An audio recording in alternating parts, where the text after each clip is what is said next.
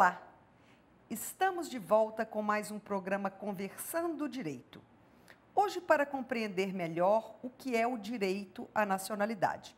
Conosco estão aqui o Dr. Rafael Patrus, que é mestre em Direito Constitucional, e Marra Mamo, que está no Brasil em busca de nacionalidade, de trabalho e de seu reconhecimento como cidadã brasileira. O mundo está testemunhando o dramático aumento do deslocamento forçado de pessoas causado por guerras e conflitos. Mas existe um outro motivo para esse povo querer deixar o país de origem: a busca pela nacionalidade e pelos direitos civis. Você sabe o que é uma apátrida? É sobre isso que vamos falar hoje no Conversando Direito. É um grande prazer recebê-los no nosso programa. Pois é, vamos começar compreendendo, doutor Rafael, o que é a nacionalidade e se ela é um direito. Pois não. Tudo bom, Célia? Tudo ótimo. Um prazer também estar aqui mais uma vez.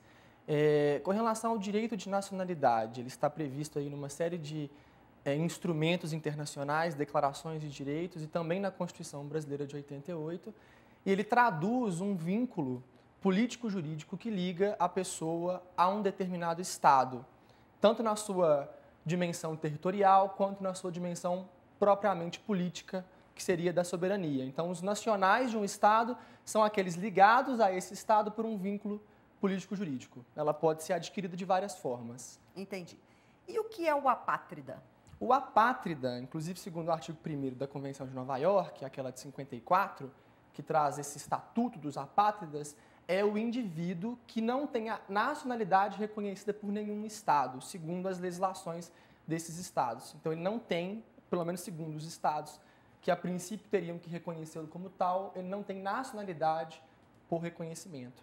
Pois é, e nós temos aqui a Marra, que é libanesa, nasceu no Líbano e que é apátrida. Eu queria que você falasse um pouquinho da sua história, Marra. Primeiro, muito prazer que eu estou aqui, muito obrigada para você estar falando da apatridia, que é um assunto que já todo mundo já esqueci. Minha história, meus pais são de Sírio, minha mãe é muçulmana e meu pai é cristão. Eles não poderiam casar na Síria, porque é ilegal. Eles fugiram para o Líbano, casou na igreja, mas esse casamento não foi registrado, porque eles não podem registrar esse casamento de religião diferente. Eu nasci no Líbano, e Líbano é diferente do Brasil. Se você nasceu no Líbano, você não é libanês. Se eu nasci apátrida, não tenho direito para a Síria, porque meus pais não são casados, e lá, se eles não são casados legal, não têm filho, é ilegal de ter filhos. Eu não sou libanesa, porque meu pai não é libanês, é sírio. Pois é. Agora eu queria falar sobre como você se sente nessa condição. Qual é o sentimento que está aí no seu coração, agora que você está no Brasil, tentando obter a nacionalidade? Enfim, qual é o seu sentimento? Eu tenho hoje dia 27 anos. Estou aqui no Brasil de 1 ano. De 26 anos, eu tive medo de andar na rua, porque eu não conseguia estudar. Estudei, mas com muita dificuldade. Eu queria fazer medicina, não consegui, porque você não pode entrar na escola sem documento. Teve um acidente que eu passei mal e eles não me atendiam no hospital. Depois de uma briga lá no hospital, que eu estava quase morrendo, que eles atendiam, porque não tenho nacionalidade. Eu não consegui trabalhar, porque se você vai trabalhar, precisa de registrar. Trabalhei com muita dificuldade, trabalhei com muitos problemas sem registrar. Lá no Líbano, sempre teve guerra, sempre teve polícia para te parar. Se eles te parar, eles vão pedir seu documento. Eu não tive documento comigo. Mesmo se eu jogava basquete no Líbano, mas nunca consegui jogar como uma equipe normal, como uma equipe, time normal. Até se eu queria comprar um chip de celular, não consegui, porque estou sem nacionalidade, sem papel, não existia. Essa foi uma dificuldade muito grande da minha vida, que eu, meu irmão e minha irmã, nós somos 3, que nunca, até eu não poderia sonhar. Porque se você vai sonhar para comprar um carro, para juntar dinheiro, eu não posso. Se você vai sonhar para comprar casa, eu não posso. Se você vai sonhar para viajar, eu não posso. Não existir. 26 anos no Líbano, eu estava tentando, até conversei com o presidente do Líbano, conversei com ministérios, conversei com Síria, com a embaixada de Síria no Líbano, teve muitos advogados, mas tentei todo lugar do mundo, todo país do mundo, embaixadas do mundo inteiro, só o Brasil, que me falou, você é bem-vinda para a causa de guerra que ele teve na Síria, porque meus pais são sírios, só eu pedi aqui um refugiado, estou aqui, além que eu sou apátrida, pedi refugiado, a causa da guerra que teve na Síria, e o Brasil ajudou muita gente para vir para cá, eu consegui esse visto turista para vir para cá. Não foi a causa que eu sou apátrida, foi a causa que eu sou refugiado. Turista, certo. Sim. Doutor Rafael, eu queria que o senhor falasse um pouco sobre esses vínculos jurídicos, políticos que determinam a nacionalidade. Bom, perfeitamente. Esses vínculos, eles são a tradução de uma relação que o indivíduo tem com o Estado, e ele adquire esse vínculo de várias formas. As principais formas hoje no mundo ocidental seriam a por nascimento e a por expressão de vontade, manifestação de vontade. A nacionalidade que se adquire com o nascimento é chamada de originária. E a que se adquire por manifestação de vontade é aquela secundária ou potestativa. Nós temos algumas possibilidades disso dentro do sistema brasileiro.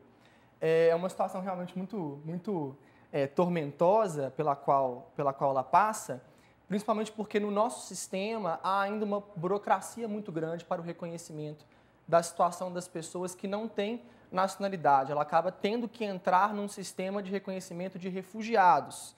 Ela, no caso dela especificamente, ela se enquadra tanto no sistema para apátridas quanto no sistema para refugiados. Mas isso inclusive, é um problema. O Ministério da Justiça tentou resolver isso, ou tenta resolver isso, com um projeto de lei que deve ser apresentado ainda esse ano, para a criação de um procedimento específico para o reconhecimento da apatridia. Mas, por enquanto, os apátridas eles têm que tentar o reconhecimento pelo Estado, no caso brasileiro, a partir de uma eventual condição de refugiado, que é diferente de apátrida. Mas, voltando à sua pergunta, esse vínculo ele traduz essa relação entre o indivíduo e o Estado, tanto por nascimento quanto por manifestação de vontade, e a partir dele, esse indivíduo ele adquire a titularidade de direitos e ele se submete às obrigações, aos deveres impostos pelo Estado. Então, é realmente muito relevante, tanto por reconhecimento aí de inúmeros atos normativos internacionais, o direito de nacionalidade, principalmente porque ele é o primeiro pilar a partir do qual o sujeito ele se torna sujeito de direitos e de deveres. Entendi. E muitas pessoas, Marra, estão nessa condição como você está aqui no Brasil? Aqui no Brasil, eu não sei quantas pessoas tem exatamente, mas eu sei que no mundo inteiro tem 10 milhões de pessoas que estão sofrendo desse apatridia. E hoje, dia de 2014, Acnur, ONU, Acnur, estou trabalhando num assunto que é I belong, eu pertenço, que eles querem daqui a 10 anos de acabar desse assunto, porque Entendi. não solucionar pode. A questão do apátrida. Sim, questão Entendi. da apátrida. Certo. Doutor Rafael, como é que o senhor vê a construção dessa legislação para que pessoas não passem por essa mesma situação que a Marra está passando, que, como ela disse, ela não tem como fazer nenhum projeto, porque ela não sabe se ela estará aqui, enfim, qual é a nacionalidade. Como que o senhor vê a evolução legislativa para o futuro? Essa sua pergunta é muito boa e acho que tem 2 pontos nela que são importantes. O primeiro ponto é a existência de um procedimento perante, por exemplo, o Ministério da Justiça para o reconhecimento da condição de apátrida. Isso hoje no Brasil não existe ainda, então ela precisa se enquadrar no procedimento para o reconhecimento da condição de refugiado. Entendi. Uma outra coisa seria a duração ou o prosseguimento do procedimento uma vez ele deflagrado, uma vez instaurado esse procedimento. Também há uma burocracia muito grande nesse procedimento para o reconhecimento da condição de refugiado, porque, e acho que ela pode inclusive nos contar com mais propriedade, costuma demorar muito, eles costumam cobrar muitos documentos, há uma burocracia um pouco grande em torno disso, que traz para a pessoa uma série de limitações, de sofrimentos que poderiam ser minimizados caso esse procedimento fosse um pouco mais célere. Mas, como eu disse, há um projeto de lei, que foi um anteprojeto apresentado pela Secretaria de Justiça no ano passado, que eles pretendiam apresentar ao Congresso Nacional ainda esse ano, para regulamentar esse procedimento, até porque o Brasil reconheceu, promulgando e ratificando a Convenção de Nova York de 54 em 2002, ele reconheceu esse Estatuto dos Apátridas. Então, desde 2002, o país já reconhece esse estatuto, mas até hoje não há um procedimento definido para esse reconhecimento. Certo. Nós vamos para um breve intervalo, mas nós voltamos já já conversando sobre direito à nacionalidade.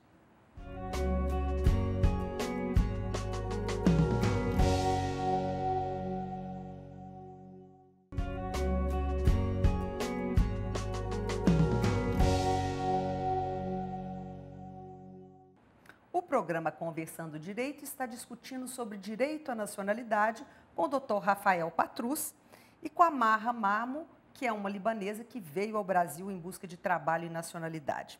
Marra, como funciona essa questão do visto de trânsito para pessoas em condição de apátrida? Você já disse que você está aqui na condição de refugiada em função da guerra na Síria, mas eu gostaria que você nos explicasse como é essa situação que você está passando. Esse visto de trânsito não existe. Eu venho para cá, fui para cá com visto de turista. O Brasil me deu um passaporte que é laissez-passer, que ele está ajudando hoje em dia todos os sírios que não tem, que eles perderam o documento deles e tudo. E meu visto aqui é visto turista, normal. Quando cheguei aqui, eu pedi refugiado, eles me dão um protocolo. Esse protocolo, eles escrevem aqui apátrida, porque eles já conhecem minha história, eu já mandei para eles, eles reconhecem a apátrida, mas não tem mecanismo para resolver. Eu moro aqui com esse protocolo, posso viajar só dentro do Brasil, se eu quero viajar lá em fora, não posso. 26 anos fiquei na prisão no Líbano, e agora no Brasil, já para viajar ou para conseguir viajar, eu tenho um procedimento muito grande para passar. Entendi. Se conseguir ou não. Doutor Rafael, eles dão esse visto de turista, na verdade ela não é turista, ou seja, não soluciona o problema dela e cria também uma situação de um documento que não espelha a realidade. O que o senhor pensa disso? Exatamente, foi aquilo que a gente estava falando, né? É uma situação bastante tormentosa pela qual essas pessoas passam, principalmente no caso dela, cuja configuração seria de apátrida, em primeiro lugar, não apenas de refugiado. E há uma peculiaridade, porque os refugiados, eles são aqueles que se deslocaram forçadamente do seu país de origem por circunstâncias maiores, como, por exemplo, conflitos ou desastres naturais. E aí, nas revisões que são feitas pelo procedimento perante o Ministério, caso se verifique que não há mais a condição que forçou a pessoa a se deslocar, ela pode perder a condição de refugiada. Seria temporário, a condição de refugiado seria temporária Exatamente. Enquanto perdurar Isso. o problema que a impede de permanecer no país E desde dela. que não haja risco para a vida ou a integridade da pessoa, caso ela retorne ao país de origem. Certo. O Estado brasileiro não pode enviar de volta essa pessoa a um lugar no qual a sua vida ou a sua integridade estejam em risco. Mas a situação dela ela é diferente e o Brasil não tem esse procedimento para reconhecer essa peculiaridade. Porque a situação dela é a situação de uma pessoa que não tem nacionalidade, que, portanto, precisa se enquadrar num procedimento específico, especial, para, eventualmente, dar início a um processo de naturalização em algum momento, né? Isso tinha que ser facilitado, dada a circunstância particular na qual ela se insere. É isso que você gostaria, Marra? E por que você acha que o apátrida precisa de proteção? Mas, graças a Deus, aqui no Brasil, eu tenho direito para trabalhar, eu tenho direito para entrar no hospital, tenho direitos que são básicos para toda pessoa que eu teve sonho para realizar esses direitos. So, eu agradeço ao Brasil muito que eu existi agora. Eu tenho esse documento, posso andar, posso fazer tudo. Entendi. E, na verdade, a necessidade de proteção é para o que é de básico, né? Básico para existir até conseguir outras coisas. Essa convenção, doutor Rafael, que é de 1954, é antiga, sobre o apátrida, e ela ainda é relevante? Como que está essa construção legislativa a partir do Estatuto dos Apátridas? Ela é muito relevante ainda hoje. É uma convenção que não foi ratificada por um número expressivo de estados. Não? Então, nós temos aí hoje cerca de 65, 66 estados que, por volta disso, eu não me engano, que reconheceram nas suas legislações internas esse Estatuto dos Apátridas a partir da convenção. É uma convenção bastante geral, ela traz os direitos, que são direitos basicamente humanos, aos quais esses indivíduos fazem jus. E por isso mesmo, é muito necessário não só que o Estado ele ratifique, introjete no seu ordenamento essa convenção, mas que ele estabeleça o procedimento, o rito pelo qual todos esses direitos serão reconhecidos. Né? Para que não haja uma situação como a da Marra. Como a dela, exatamente. Entendi. Agora, o senhor acha o seguinte, com essas dificuldades econômicas que todos os países estão passando, essas constantes guerras que fazem que contingentes muito grandes de pessoas tentem migrar de um país para outro, eu acho que aí é que as pessoas não vão mesmo ratificar, não é? Essa convenção. O que o senhor acha desse estatuto? Esse é o ponto mais sensível, realmente. E ainda há um suposto no direito internacional, segundo o qual é discricionariedade do Estado reconhecer um indivíduo estrangeiro ou apátrida como apátrida ou como refugiado, abrigá-lo no seu interior, no seu Estado, dar a ele, reconhecer a ele direitos. Isso tudo parte de um ato discricionário do Estado que recebe. Inclusive, houve uma discussão recente no Supremo Tribunal Federal a respeito de um dispositivo do Estatuto do Estrangeiro, que é o artigo 111, que fala que o procedimento para a naturalização ele está sujeito à discricionariedade do Poder Executivo. Isso foi questionado a respeito da compatibilidade disso com a Constituição, e o Supremo disse que não havia problema, porque todos esses reconhecimentos, o reconhecimento do Estado como o Estado reconhecendo o indivíduo como nacional, como refugiado, como asilado, como apátrida, são atos discricionários, isso tanto para o direito interno quanto para o direito internacional. Então, diante de crises, situações de economia deficitária, de dificuldades econômicas ou momentos de dificuldade mesmo, o Estado tem a margem de liberdade para decidir, conforme entende melhor, qual a sua política de recepção dessas pessoas. Isso pode ser bom e pode ser ruim, né, doutor? Exatamente. Não é? Porque dependendo do viés político, muitas pessoas podem ser impedidas também. Não é isso? Exatamente. É isso mesmo. Eu queria que o senhor falasse, então, a diferença, a Marra já nos explicou um pouquinho, sobre apátrida e refugiado. E a questão da transitoriedade também. Pois não. Bom, como a gente disse, os apátridas são esses indivíduos, por definição no artigo 1º da Convenção de Nova York, de 1954, que não tem reconhecida a sua nacionalidade por nenhum Estado. Ao passo que os refugiados são aqueles indivíduos que foram forçados a se deslocarem do seu país de origem para outros lugares do mundo, em razão de acontecimentos maiores, como, por exemplo, conflitos, guerras, desastres naturais, tudo isso. Então, há uma abordagem jurídica distinta, porque são configurações distintas. É possível, inclusive me parece que seja comum, que os apátridas sejam também refugiados, ou pelo menos aqueles que se encontrem distantes do país no qual nasceram, que é o caso, por exemplo, da Marra. Mas é preciso que haja um procedimento para o reconhecimento de forma distinta, exatamente porque são situações completamente diferentes e que precisam ser abordadas de formas diferentes pelo ordenamento. Certo. E quanto ao direito do apátrida e o direito do brasileiro nato? tem alguma diferença? Existem diferenças, existem sim. Existem diferenças, inclusive, quanto aos direitos entre os brasileiros, dos brasileiros natos e dos brasileiros naturalizados, né? Ou seja, os nacionais brasileiros... Explica então um pouquinho, para a pessoa entender completamente o que é o brasileiro nato, naturalizado e o apátrida. Pois não. O brasileiro nato é aquele que adquiriu a nacionalidade brasileira pelo nascimento.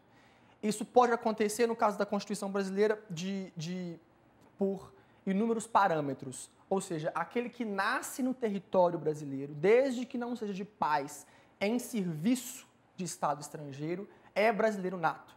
Aquele que nasce no estrangeiro, de pai ou mãe brasileira, é também brasileiro nato, desde que seja registrado na repartição pública competente ou venha a residir no Brasil em qualquer tempo e requeira essa nacionalidade. Então, esses são os brasileiros natos que adquiriram esse vínculo político-jurídico com o Estado pelo nascimento.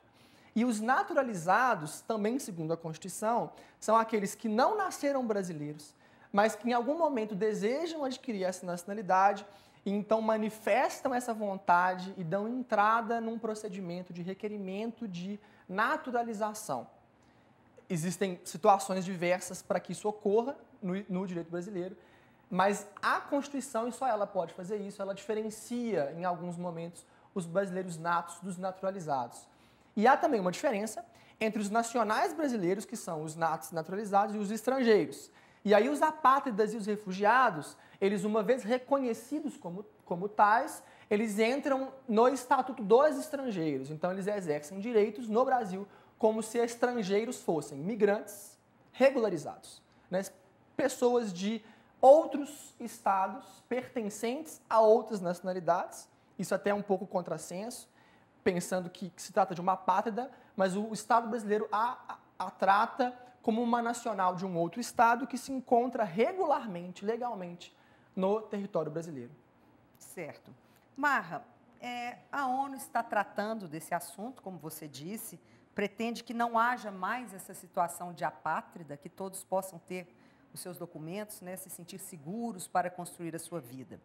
E nosso programa está chegando ao fim. Eu gostaria que você deixasse uma mensagem, já que você passou por tantos anos numa situação delicada, de não poder construir os seus sonhos, para que, vamos dizer assim, os estados, a ONU e todos esses estados possam discutir essa questão de forma que não se repita isso no futuro em relação ao apátrida.